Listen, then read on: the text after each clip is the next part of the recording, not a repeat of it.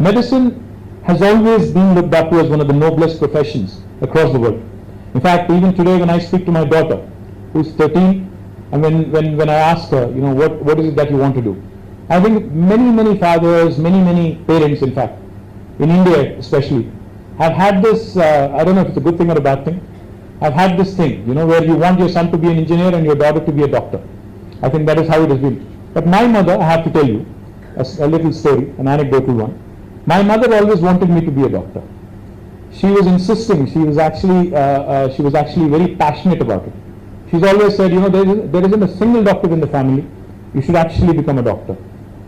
I ended up taking biology. I eventually ended up as a biotechnologist. That's a different story. Back in 91, when I was in my +2,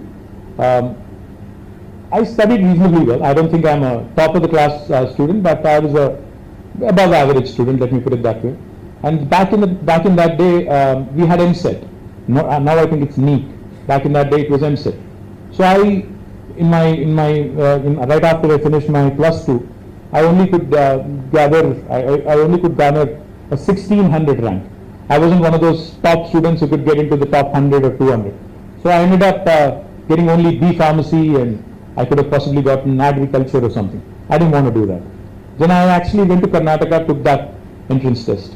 Now what happened is, of course, in Karnataka there were many more medical colleges. The private medical college system is far more robust, so I got in there. In fact, I got in some of the best colleges in Karnataka. But my father is a very persuasive man. He can convince you, to basically do anything he wants. Right? So when I came and told him that I got through this entrance test in Karnataka and I'm going to join medicine in Karnataka, he told me, do you know how many years a doctor's, kind of takes to settle into life? I said, I have no clue. My mom wanted me to be a doctor, so I'm going to be a doctor.